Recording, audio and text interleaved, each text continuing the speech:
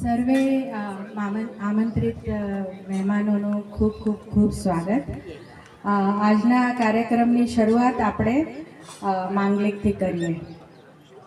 નમો આર્યંતાણમ, નમો સિદ્ધાણમ, નમો આયર્યાણમ, નમો ઉજ્જાયાણમ, નમો લોય સવ્વ સાહોણમ, એસો પંચ નમુકારો સવ્વ પાવપણાસણો, મંગલાણમ ચ સવેસિમ પદ્મં હવૈ મંગલમ.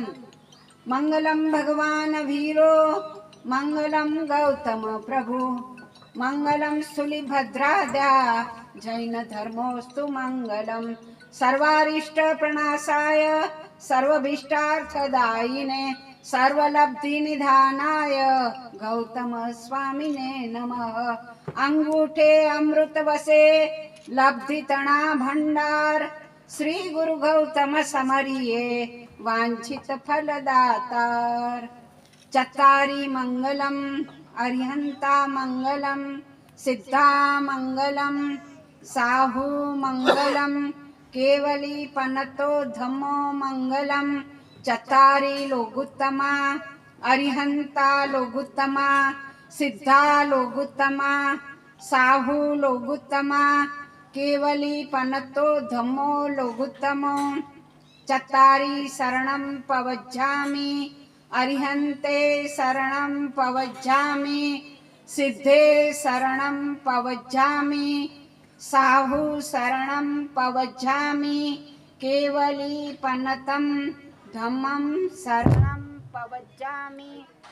સર્વથા સૌ સુખી થાઓ, પાપના કોઈ આચરો, રાગ દ્વેષથી મુક્ત થઈને મુક્તિ સુખ સૌ જગવરો. બેસો બધા. આ સ્તવન આપણે લગભગ બધાને મોઢે હશે, રોજે બોલતા હોય, પરંતુ એમની પાછળનો જે મિનિંગ છે, એની પાછળનો જે ભાવ છે, એ કોઈક એવા વિરલ વ્યક્તિઓ હોય એને જ અંતરમાં સ્પર્શે અને એના માટે કાર્ય કરે. આજ મોટી ખાખરના આંગણે ભગવાન આદિનાથનું સામ્રાજ્ય 400-450 વર્ષથી આપણને સૌને શીતલ છાયડો આપી રહ્યો છે. ઉપાધ્યાય શ્રી ભુવનચંદ્રજી મહારાજ સાહેબ, જેની જ્ઞાનનો લાભ યત્ર તત્ર સર્વત્ર, દરેક અનેક ભાષાઓના જાણકાર, એમનો લાભ આપણને મળી રહ્યો છે.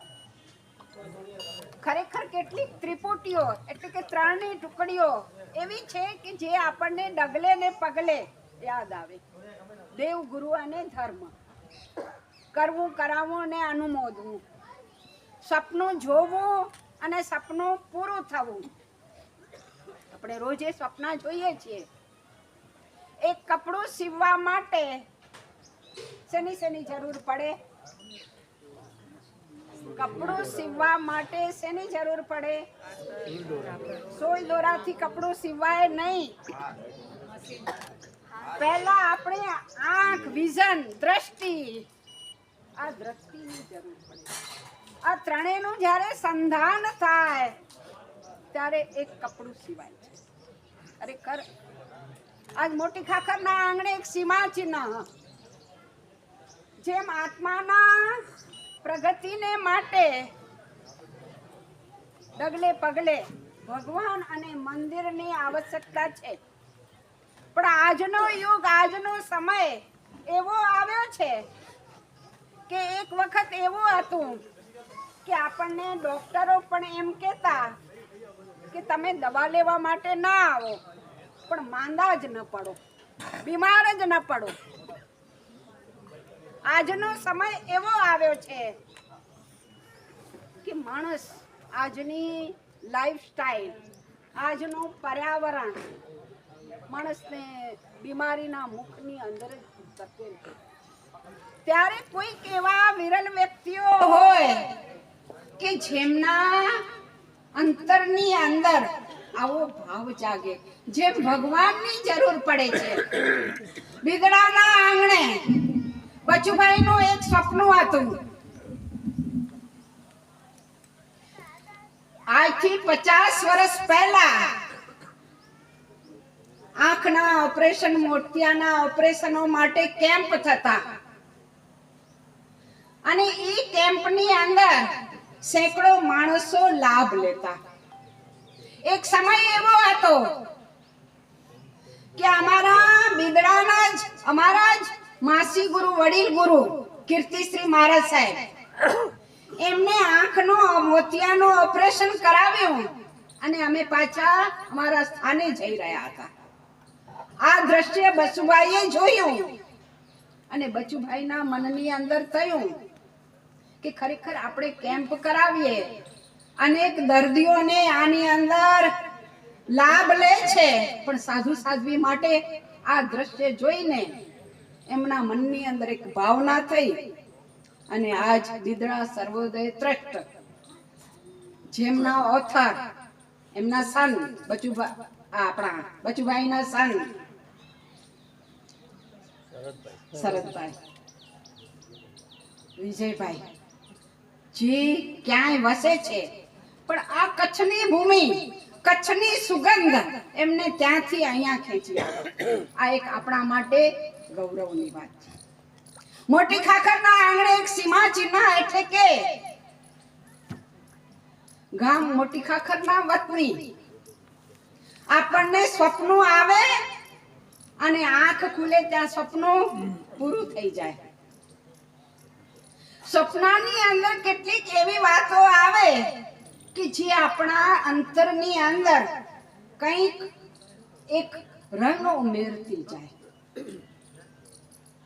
કિશોરભાઈ મૂળે મોટી ખાખરના વતની, એમનો જે કુટુંબ પ્રેમ, માણસ વચ્ચેની જે લાગણી, ભગવાન આદિનાથની ભક્તિ, ગુરુઓ પ્રત્યેનો એમનો વૈયાવચનો ભાવ, આ જે ભાવ છે વર્ષો પહેલા સુશીલાબેન ટ્રસ્ટ એટલે કે એમના મોટા બહેન, તે સમયે આટલા સાધનો નહોતા, આટલી ફેસિલિટીઓ નહોતી, અને એવા સમયની અંદર એમણે જે દ્રશ્ય જોયું હતું, એ દ્રશ્યને, એ સ્વપ્નને એમની કચ્છની ભૂમિ અને માતાનો પ્રેમ, મેના દેવીનો પ્રેમ, આ પ્રેમ એમને અમેરિકાથી આ વસ્તુને સાકાર કરવા માટે અહીંયા લઈ આવ્યા. આ એમનું એક સ્વપ્ન હતું.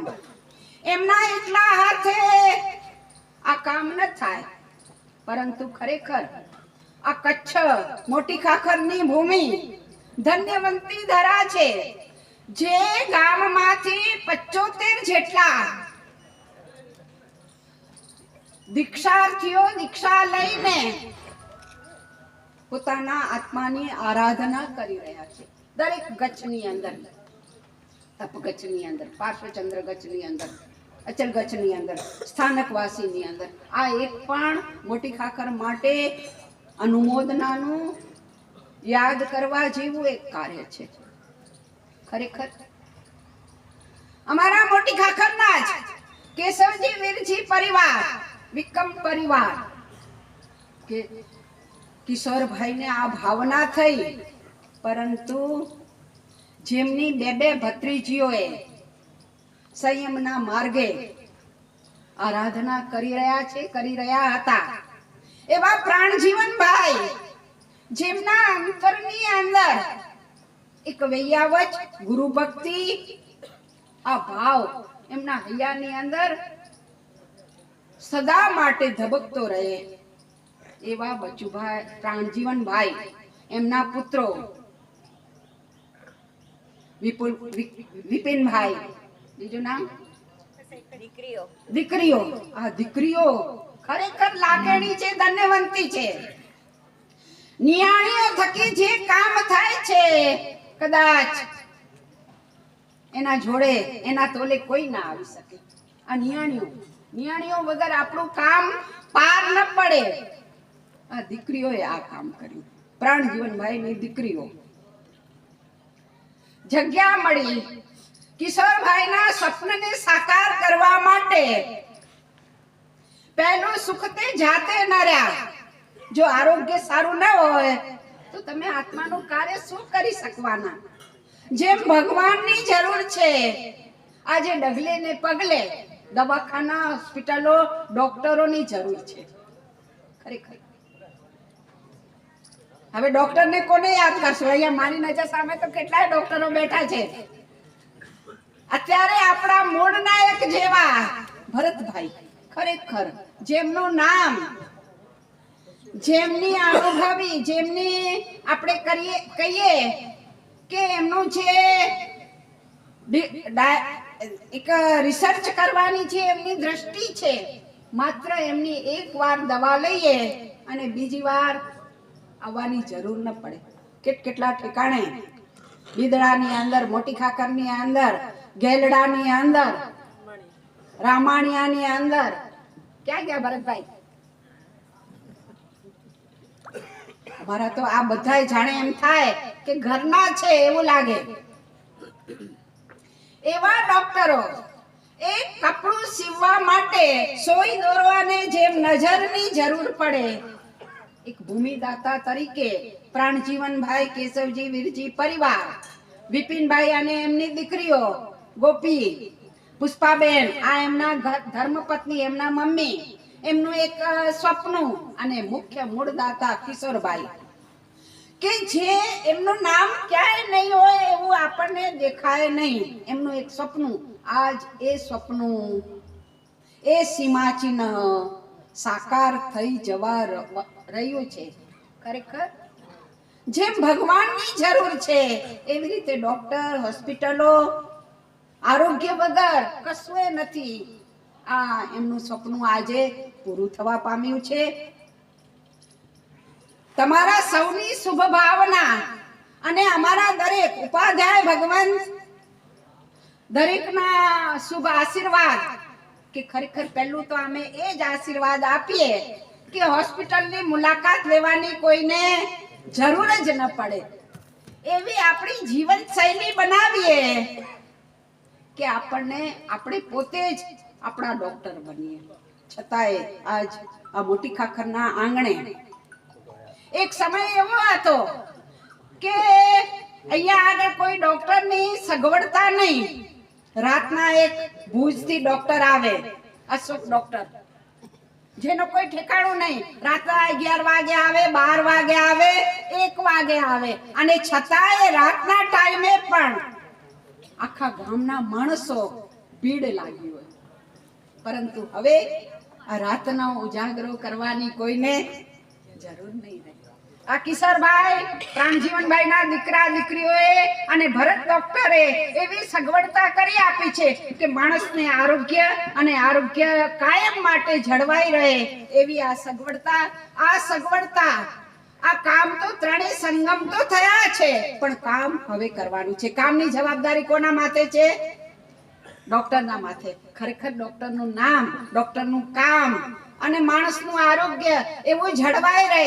અને કિશોરભાઈનું જે સ્વપ્ન છે, એમની માતા મેના દેવી અને એમના વડીલ બેન સુશીલા બેન, એમના યાદગીરી નિમિત્તે આ એક ટ્રસ્ટ, આ એક મોટું કાર્ય, એક સીમાચિહ્ન જેવું, એક મયુર પીછની અંદર, જેમ પોતે તો ક્યારે છે અમેરિકાની અંદર, પરંતુ એમની દ્રષ્ટિ ક્યાં પડી છે? એમની સુગંધ ત્યાંથી, આ માટીની સુગંધ એમને ત્યાંથી અહીંયા ખેંચી આવી. બસ આવા કાર્યો તમારા સૌના હાથે થતા રહે, પ્રેરણા પામતા રહો, અને આવા કાર્યો કરીને એમના બહેન નૈનાબેન,